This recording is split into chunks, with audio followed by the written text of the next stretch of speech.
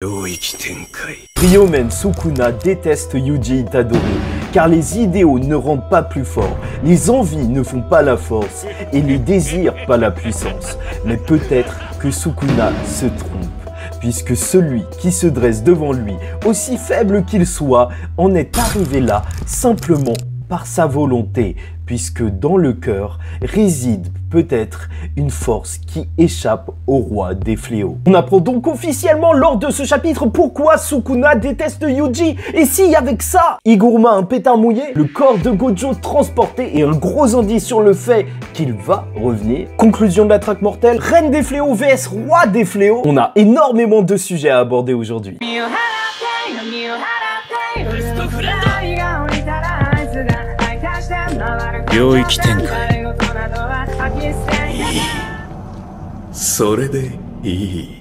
Mesdames et messieurs, ici Chage et on se retrouve aujourd'hui pour la review du chapitre 248 de Jujutsu Kaisen, la bataille décisive du No Man's Land infesté de fléaux de Shinjuku 20. Et bon, ce chapitre est tellement plein d'informations capitales pour la suite qu'on a beaucoup de choses à traiter, même en termes de théorie, et c'est pour ça que je t'invite à liker ou disliker la vidéo, commenter, donner ton avis en commentaire et t'abonner si tu n'es pas encore abonné. Et on commence tout de suite par l'arme d'Higuruma qui n'aurait pas marché. Est-ce un pétard mouillé ou est-ce que ça nous cache quelque chose? Puisque lors du dernier chapitre, on nous avait lâché sur un cliffhanger de malade quand même. Une grosse mise en scène autour de Yuji, la mort d'Higuruma, donc qui allait être un flambeau pour Yuji transmis à travers cette arme, que Yuji allait toucher Sukuna dans son dos. Puis là, dès le début du chapitre, en une page, on le voit, l'arme a été détruite dans sa main. Elle n'a pas résisté, on comprend même pas ce qui s'est passé et on passe directement à la suite. Et c'est vrai, avec toute la mise en scène et compagnie, et même toute l'aura autour du personnage d'Higuruma, bah ça peut faire un petit peu pétard mouillé, mais quand on s'intéresse réellement au sujet de Jujutsu Kaisen, bah c'était déjà arrivé, avec bien sûr la mort de Nanami, et plus que ça, la mort de Nobara. Et si Yuji a dit « je suis un exorciste », ce n'est pas pour rien. De la même manière que quand Todo était arrivé après la mort de Nobara et avait expliqué à Yuji qu'il arrive aux exorcistes de mourir, ils ont signé pour ça, mais leur volonté est transmise. Et c'est pour ça que c'est pas plus l'arme que la volonté de combattre qui aura été transmise à Yuji Itadori. Et c'est pour ça qu'il a dit qu'il était un exorciste. Et même par la suite, Sukuna en parle de cette volonté de Yuji, comme quoi c'est réellement important. Mais quand on s'intéresse vraiment à ce qu'a fait Higuruma, ne dites pas qu'il n'a rien fait. Puisqu'au final, il a retiré Kamutoke de Sukuna, son arme de fou qui aura juste servi à tuer des corbeaux. Mais bon, c'est pas grave. Donc toute une mise en scène autour de Yorozu qui lui a créé juste ça pour que ça disparaisse. C'est à la fois frustrant, mais en même temps, c'est ce qui rend le récit de Jujutsu Kaisen important. Toutes les choses ne vont pas forcément aboutir, toutes les choses ne paieront pas forcément, mais ça rend la lecture haletante. Ah oui, tu sais jamais ce qui va se passer dans un chapitre de Jujutsu Kaisen. Et encore une fois, sa volonté a été transmise, et plus que ça, on a vu un Sukuna se comparer, même s'il comparait juste son génie en termes d'exorcisme à lui-même, bah, ça reste quand même quelque chose d'assez étrange pour un personnage comme Sukuna qui, normalement, ne s'intéresse pas du tout à autrui. Et tant mieux qu'il n'y ait pas cette arme puisqu'elle semblait hyper cheat, et faire tomber de la foudre sur quelqu'un avec la puissance de Sukuna, c'était juste monstrueux. Et donc, Gojo lui aura enlevé sa première vie. Voilà, tu vois vraiment que le personnage de Sukuna est affaibli petit à petit, et pourquoi pas avec un Yuta en cette fin de chapitre, jusqu'au point où Yuji pourra mener un véritable combat face à lui. Tu vois, âme contre âme, avec ses réels nouveaux pouvoirs. Et là, je vais aller beaucoup trop loin, mais juste évoquons cette possibilité. Est-ce que Higuruma pourrait être encore en vie? Peut-être que ça pourrait expliquer pourquoi le sort s'est arrêté alors qu'on nous parlait, on nous faisait vraiment une grosse mise en scène lors du dernier chapitre où on nous disait que même les sorts pouvaient être plus forts de manière post-mortem après la mort. Et donc là, vu qu'on voit Higuruma plus ou moins en un seul morceau être retiré du champ de bataille, voilà, sait-on jamais. J'y crois pas forcément, mais je trouve toujours ça intéressant d'évoquer les différentes possibilités. C'est pour ça que sur cette chaîne, on parle beaucoup, mais on parle pas de rien, bien sûr. Et le pire, là, le plus gros, ce serait peut-être que le coup ait marché et que donc Sukuna serait en train de mourir. Je sais que c'est complètement fou ce que je vais vous dire, mais dans un sens, en fait, justement, Sukuna ce qu'on verra, c'est pas qu'il se dit que l'arme a disparu, son Kamutoke, et qu'il n'est pas revenu. Il se dira, ah, elle est encore confisquée. On peut se dire que ça ne veut rien dire du tout, bien sûr, mais on peut aussi se dire que cela signifie tout simplement que le sort d'Iguruma marche encore en fait, et que cette lame n'a eu en réalité aucune raison de réellement disparaître, à moins qu'elle ait touché sa cible. On ne sait pas du tout comment ça se passe exactement lorsqu'une personne est exécutée par la lame. Est-ce que ça prend un petit peu de temps, ou est-ce que ça prendrait un petit peu de temps juste parce que c'est Sukuna? Je vous rappellerai que la prison, donc pour Gojo, était restée ancrée au sol à Shibuya, ce qui n'était pas prévu, mais c'était parce que c'est un être exceptionnel, et de la même manière, on a tout de même un Sukuna, là, un Ryomen Sukuna, peut-être au sommet de l'exorcisme. Donc voilà, je pose ça là. On verra bien si dans 30 chapitres, au bout d'un combat effréné, on aura vu tout le monde briller, bah Sukuna tombera juste, car il aurait été victime de cette malédiction depuis bien longtemps. Surtout qu'on voit étrangement Yuji se demander si Sukuna est tombé dans les pommes alors qu'il est encore debout, car il réfléchit un peu trop longuement. Peut-être qu'il s'est passé quelque chose en réalité, même dans son corps à cause de l'arme, ou pas du tout, pas du tout. Bref, voilà, je trouve qu'il y a quand même un mystère. Et maintenant passons au second sujet de la vidéo, le retour de Gojo et la disparition des corps du champ de bataille. Et croyez-moi, je vais pas juste vous répéter ce qu'il y a écrit dans le manga, on va analyser ça, et c'est pour ça que je pense qu'il y a un retour de Gojo possible. Pas juste parce que j'ai lu que Tsukunai se posait des questions. Donc on analyse loin, alors on peut se rendre compte de choses encore plus mystérieuses. Tout ça parce qu'on verra certes le corps d'Iguruma être emmené par Ui et Kirara, et déjà je tiens à vous le dire, je trouve ça super intelligent que ce soit cette team-là, que Kirara accompagne Ui, étant donné qu'elle a un pouvoir qui permet donc de répulser ou d'attirer certains éléments. Et ça c'est super intéressant pour juste essayer de survivre à un ennemi. S'ils ont juste à passer par là, au moins l'ennemi n'a pas le temps de comprendre sa capacité et il reste loin. Voilà.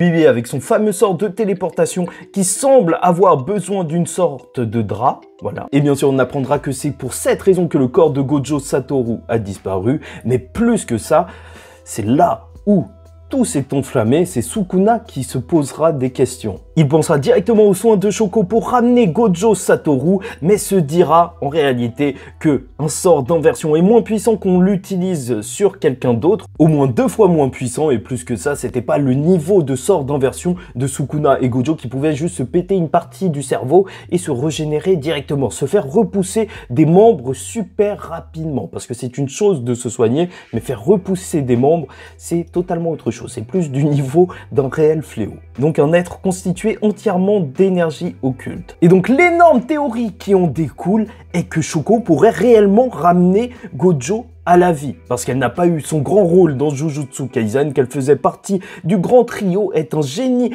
du sort d'inversion qu'elle n'aura même pas su expliquer à Gojo Satoru parce que c'est naturel pour elle, et même si il est censé être moins efficace, tu vois, on doit croire le roi des fléaux qui est un expert en la matière.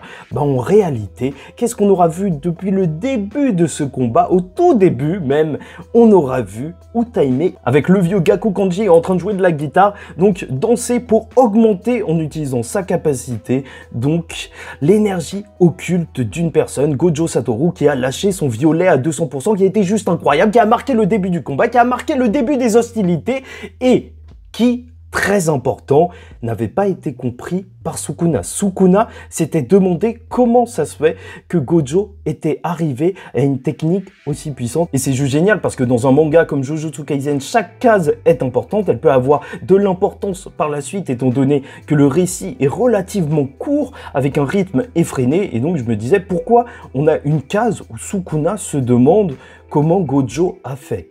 Donc ça nous dit surtout que Sukuna ne sait pas qu'ils ont quelqu'un qui peut augmenter l'énergie occulte. Et rien que ça, bah, voilà, c'est tout. Et peut-être un des éléments les plus importants, on aura vu Shoko qui ne pouvait pas soigner l'ange alors que son bras avait été mangé par Megumi, et donc on pourrait se dire qu'elle ne pourrait pas recoller des personnes, sauf que Akari aura retrouvé donc l'usage de son bras alors qu'il avait été découpé par Kashimo, voilà, et là, Gojo Satoru, je vous rappelle qu'il a été coupé, mais de manière propre. Donc, il y a vraiment un écart énorme entre reproduire des organes et compagnie et recoller un corps. Vraiment, en termes de sort d'inversion, ça demande pas du tout la même chose. Parce qu'un sort d'inversion, sinon, ça doit reproduire toutes les cellules et compagnie, et rien que de le dire, bah voilà, genre, c'est beaucoup plus compliqué.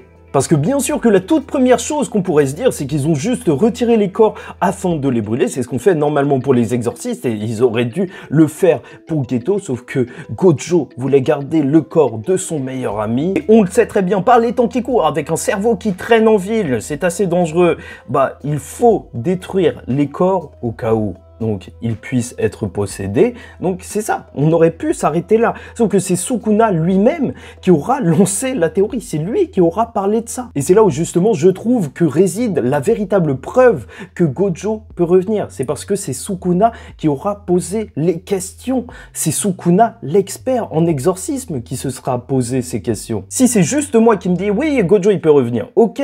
Mais si c'est celui qui a le plus de maîtrise en exorcisme du verse qui se pose la question du retour de Gojo et qui dit qu'ils n'ont pas les capacités pour faire revenir Gojo, et rien qu'en disant ça, en réalité, bah, ça veut dire que dans un sens, il y a un univers où c'est possible. Voilà, tout simplement. Donc arrêtez d'insulter ceux qui sont pour le retour de Gojo, dont moi, parce que là en ce moment je m'en prends partout de Twitter, mais je m'en fiche, je tiens à vous le dire, un jour je vais fêter le retour de Gojo ici, là, tous les deux. Le déni est au max! Voilà tout, c'est tout ce que j'avais à vous dire pour ça. Peut-être que Gojo ne reviendra pas, mais en tout cas, c'est une possibilité que même le personnage qui s'y connaît le mieux en exorcisme, qui s'y connaît plus que toi et moi, enfin l'inverse, toi et moi, donc aura évoqué cette possibilité. C'est une possibilité. Enfin bref, donc passons à la suite avec le sort d'inversion et le mystère de l'entraînement de Yuji. Puisque bien sûr, au début du chapitre, après que Yuji l'ait poignardé dans le dos, Sukuna était légitime pour quand même lancer une contre-attaque. Ouais, quand on te poignarde comme ça, oui, je pense que tu as le droit de te défendre. Bref, donc il aura lancé cette découpe sur Yuji, et c'est dans une page juste incroyable, vraiment visuellement impactante, où t'as limite l'impression que Yuji a des ailes alors qu'il est en train de se soigner, qu'on le verra se relever. Il s'était soigné de l'attaque de Sukuna à l'estomac. Il a réussi à maîtriser le sort d'inversion en un mois seulement. Un mois d'entraînement où, bien sûr, on se demande ce qui s'est passé. Est-ce qu'il y a eu la salle de l'esprit et du temps? Est-ce qu'il s'est battu face à Gojo tous les jours et il a été soigné par Shoko et donc maintenant il est ultra puissant? Peut-être bien, je l'espère bien. Qui sait, c'est peut-être pour ça que ça a été le premier à remarquer que Gojo avait son sort activé sur lui et lui aura demandé de l'enlever au moment où il l'encourageait tous. Non, plus sérieusement, je vous rappellerai que le sort d'inversion ne veut pas juste dire se soigner, mais ça veut surtout dire mieux comprendre l'énergie occulte en son cœur même. Donc, Yuji, à partir du moment où il est capable de faire ça, peut aller bien plus loin dans l'utilisation de son énergie occulte. Et en plus, ils ont assisté au combat de Gojo, ça peut aller loin. Et tu connais toutes les théories sur le pouvoir de Yuji que je t'invite à voir même sur la chaîne. Pouvoir de la manipulation de sang, si en plus il a des sorts d'inversion pour faire des sorts inversés, mais ça va être juste monstrueux. Et bon, je te parle pas de la théorie qui dit que, ouais, vu qu'il s'est relevé comme ça, bah, y en a qui pensent que peut-être il souffle dans son bras pour se soigner et que c'est juste un objet maudit, mais je pense que ça va un peu loin et bah si j'en ai parlé, mais évitons. Et sans aller jusqu'à dire que c'est un génie, je vous rappellerai que Yuji n'est pas tant un ancien que ça dans le monde de l'exorcisme. Et si on a félicité Higuruma pour ses prouesses, il faut aussi le faire pour Yuji, même si ça reste moins impressionnant, il faut tout de même le noter. Et d'ailleurs, parlons-en de Sukuna et de la réelle raison pourquoi il déteste Yuji. On le sait enfin, il aura tout fait, il l'aura tabassé, il l'aura découpé, il lui aura enlevé son cœur et il aura même dit qu'il était moche. Et ça, c'était gratuit. Au passage, il n'arrêtait pas de le décoiffer aussi, je sais pas si c'est dans les charges. Et enfin, on sait pourquoi Sukuna déteste Yuji. Puisque Sukuna sera forcé de constater que Yuji a fait d'énormes progrès, aussi bien en termes physiques qu'en termes de capacité. Et ça va le perturber car il ne veut pas le féliciter et se questionnera sur sa propre haine. C'est beau. Il se demande s'il n'est pas déçu de la mort d'Higuruma qui était un réel génie et qui a disparu en un seul chapitre. Et en même temps, il en a toujours rien eu à faire des autres. Il était tellement puissant, avait tellement de force que les idéaux, ils s'en fichaient. Même ceux qui donnaient leur vie pour leurs idéaux, qui étaient à fond derrière une volonté pour se battre, qui atteignaient des niveaux monstrueux. En réalité, ça ne le touchait pas. Il y avait déjà ce genre de personnes il y a 1000 ans, mais cette fois, c'est spécial. Il le comprend bien. Il y a quelque chose de particulier avec Yuji Itadori. Et je trouve que ça, c'est superbement bien montré par la mise en page. Donc, la mise en scène de Gege Akutami. Encore une fois, tu as des cases qui sont super fortes, alors qu'on est juste en train de parler d'un personnage qui réfléchit. Mais c'est 3 pages qui restent tout de même dynamiques dans leurs angles, dans la manière dont c'est découpé. Tu vois, le Sukuna qui réfléchit, une idée qui le dérange. Donc, tu as un tiers de son visage qui est noirci, mais ça marche extrêmement bien. Enfin bref. Donc la différence avec Yuji Itadori, c'est qu'il aura partagé le même corps. Il aura partagé avec son âme ce corps. Il aura partagé ses expériences et ressenti ce qu'il ressentait. Et même s'il aura tenté de l'écraser encore et encore, le faire souffrir énormément, Yuji n'aura pas baissé les bras. Et en ayant été littéralement aux côtés de Yuji, il se rend compte de la force d'esprit de Yuji à ce moment précis. Et même durant tout le manga, à chaque mort, à chaque personnage qui est tombé. Et c'est pour ça aussi qu'on a des morts dans Jujutsu Kaisen. C'est peut-être pour ce moment, pour te dire que Yuji Itadori aura réussi à se relever. Et encore une fois, normalement, Sukuna, il s'en fout de tout ça. Mais vu qu'il a partagé le même corps, là, c'est particulier. Et alors que Kashimo a amorcé un questionnement envers Sukuna, donc sur ce qu'il vivait, que Higuruma l'aura intrigué et que Gojo aura réussi à lui mettre un sourire sur les lèvres, Sukuna est forcé de voir qu'un faible, que Yuji Itadori, dont il connaît très bien la faiblesse, avec sa volonté, aura réussi donc à s'affirmer face à Sukuna, à se dresser face à lui. Je dis pas gagner, je dis pas gagner. Et bien sûr, ça énerve Sukuna. Il a pas envie de ressentir ses sentiments ou je sais pas quoi, de se prendre la tête. Non, il s'en fout. C'est le plus grand hater de Yuji. Vrai, littéralement, ce qui est en train de se passer, c'est que Sukuna s'arrête de combattre en plein milieu, juste parce qu'il a tellement la haine qu'il a pas envie de dire à Yuji que, en vrai, ouais, lui aussi, il est chaud. Non. Ça lui ferait beaucoup trop mal de reconnaître ça. Sur Terre comme au ciel, seul Yuji mérite d'être détesté.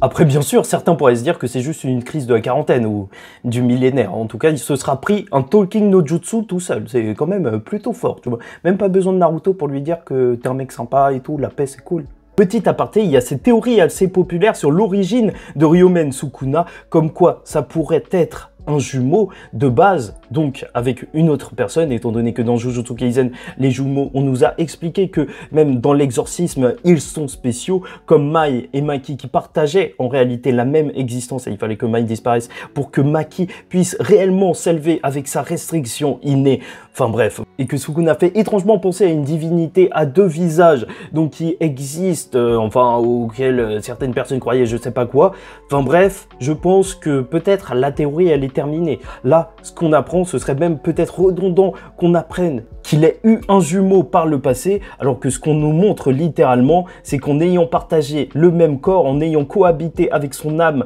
avec Yuji Itadori, il est devenu, plus ou moins, donc un miroir de Yuji, ou en tout cas, il le comprend.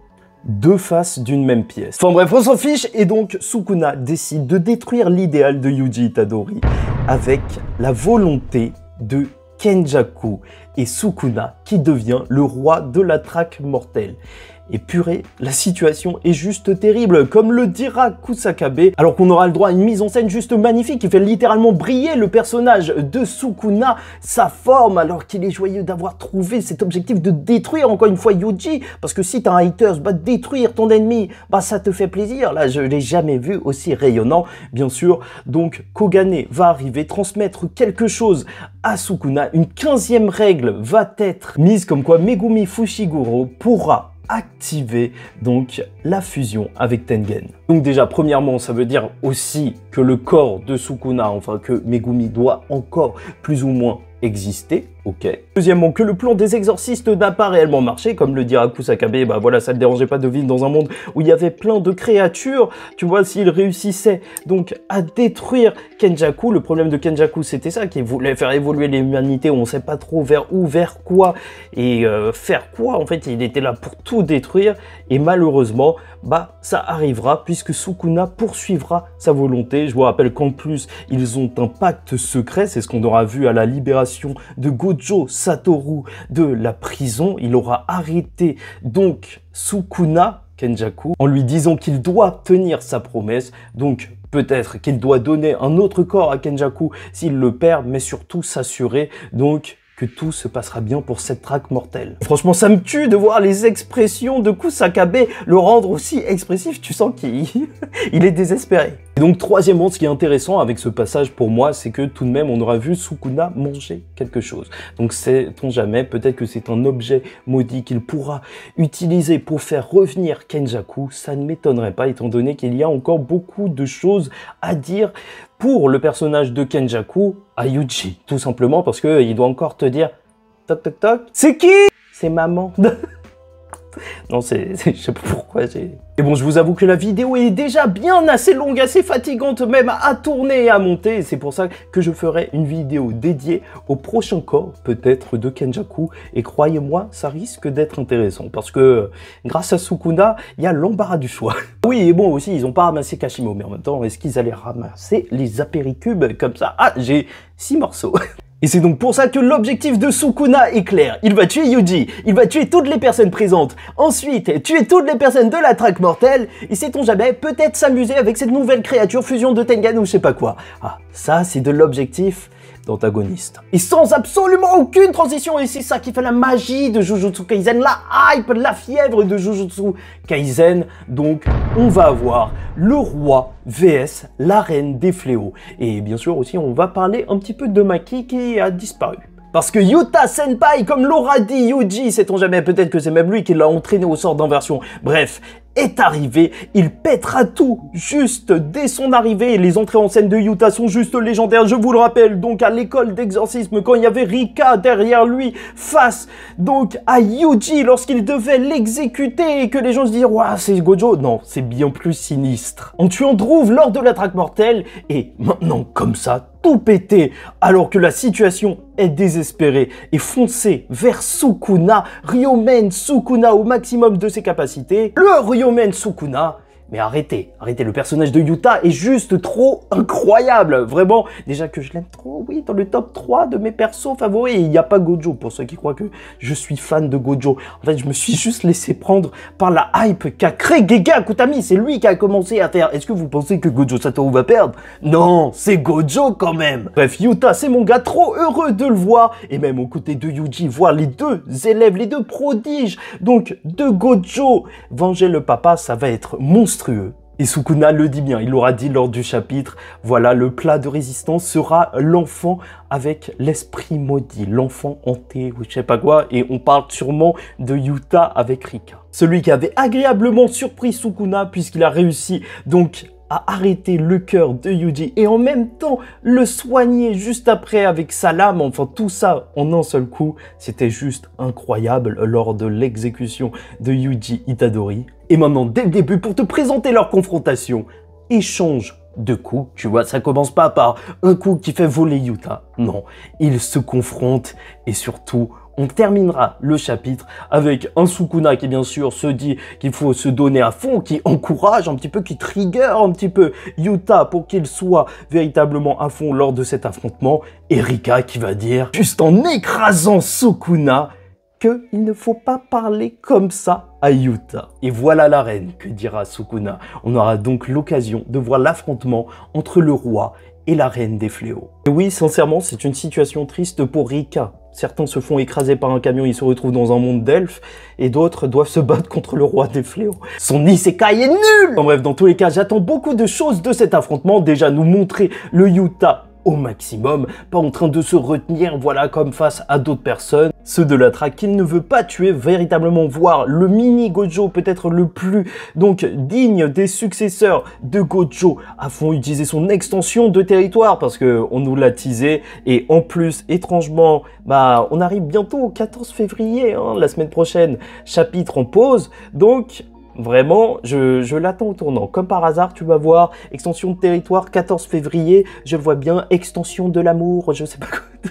C'est encore un. Et bon, on va pas se mentir, les plus fous attendront même de voir Yuta lâcher un petit violet, tu vois. Même si, normalement, l'infini, c'est pas super intéressant comme sort, ça consomme trop d'énergie occulte, il faut le 6e œil pour bien l'utiliser et compagnie. Ce serait cool de voir ça. Enfin bref. Et bon, je tiens à retenir la hype tout de suite. Normalement, Sukuna est largement supérieur, donc... à Rika, même si c'est la reine des fléaux nommée par Geto et communément admise comme reine des fléaux. Gege Akutami avait dit que Sukuna était supérieure, mais reste à voir ce que ça vaut avec Yuta Okkotsu pour utiliser son énergie occulte, l'utiliser de manière stratégique, et bien sûr, elle garde toutes ses armes. C'est un duo inséparable. Et là, ça peut peut-être faire la différence. Faire d'énormes dégâts à Sukuna, parce que oui, je crois pas que Yuta non plus va terminer Sukuna. Mais croyez-moi, ça va être juste magnifique. Là, Yuta va prouver. C'est un petit peu dommage qu'on n'ait pas vu Akari aussi rejoindre le combat, voire le duo aurait été monstrueux. Mais dans tous les cas, je pense que Yuta est supérieur à Akari, quoi qu'il en ait dit. Il est humble, mais bon, je sais que ça reste un gros débat, que Akari a une grosse fanbase, donc je ne veux choquer personne. Mais il faut le revoir d'ailleurs, Akari. Là, je sais pas ce qu'il est en train de faire, peut-être encore en train de danser. Et sait-on jamais là où il en est. Ça se trouve même qu'on va passer sur son combat, ça m'étonnerait pas de la part de Gege Akutami, alors que la dernière fois on avait vu donc une arrivée d'eau explosée. Uraume pourra peut-être l'utiliser à sa guise pour augmenter sa superficie de glace ou je sais pas quoi. Ça risque d'être monstrueux. On va voir si Akari, sa fièvre, pourra faire fondre cette glace. Et bon, vu qu'on parle de cette génération, bah on attend aussi le retour de Maki. S'il y a bien un moment propice pour elle afin qu'elle arrive, c'est pour aider Yuta. Je sais pas, c'est vrai qu'elle peut rentrer dans l'extension de territoire de Yuta par surprise, peut-être qu'elle est même cachée à l'intérieur du corps de Rika, elle ne dégage pas d'énergie occulte, c'est ça qui est monstrueux avec elle, elle pourrait se cacher littéralement partout, vraiment, et ça c'est vraiment une bonne idée ça, qu'elle serait à l'intérieur du corps de Rika. Notez-le au cas où ça vient d'ici. Les plus fous imagineront l'arrivée de Maki comme l'arrivée de Yuta face à Kenjaku, juste là pour donner le coup final et couper la tête de Sukuna. Et non, ça c'est vraiment les plus fous, on sait très bien qu'elle est en train de préparer un mafé pour Yuta. Et dans tous les cas, l'arrivée de Yuta n'est pas anodine. Alors que Sukuna se posait des questions sur la volonté de Yuji Itadori, sur les idéaux humains qui peuvent rendre plus fort, bah ce n'est vraiment pas anodin qu'on ait Yuta face à lui, celui qui représente le plus la gentillesse, cet idéal d'exorcisme. Et tout simplement cet idéal d'humanité qui aura été repris par Uro, par Ryu, qui lui auront dit qu'il est trop gentil, que les plus forts donc ne se soucient pas des autres. Il est temps pour Sukuna d'affronter Yuta Okkotsu, peut-être le plus moral des exorcistes. Et globalement, le chapitre 248 de Jujutsu Kaisen est empli de mystères. Alors que l'arme d'Iguruma n'a pas eu d'effet, mais qu'il aura quand même réussi à enlever l'arme de Sukuna, Yui transporte son corps et a aussi pris celui de Gojo Satoru, comme s'il y avait encore quelque chose à faire. Et surprenamment, Yuji, en un seul mois, semble avoir maîtrisé le sort d'inversion pour combattre Sukuna, quelque chose qui met mal à l'aise le roi des fléaux.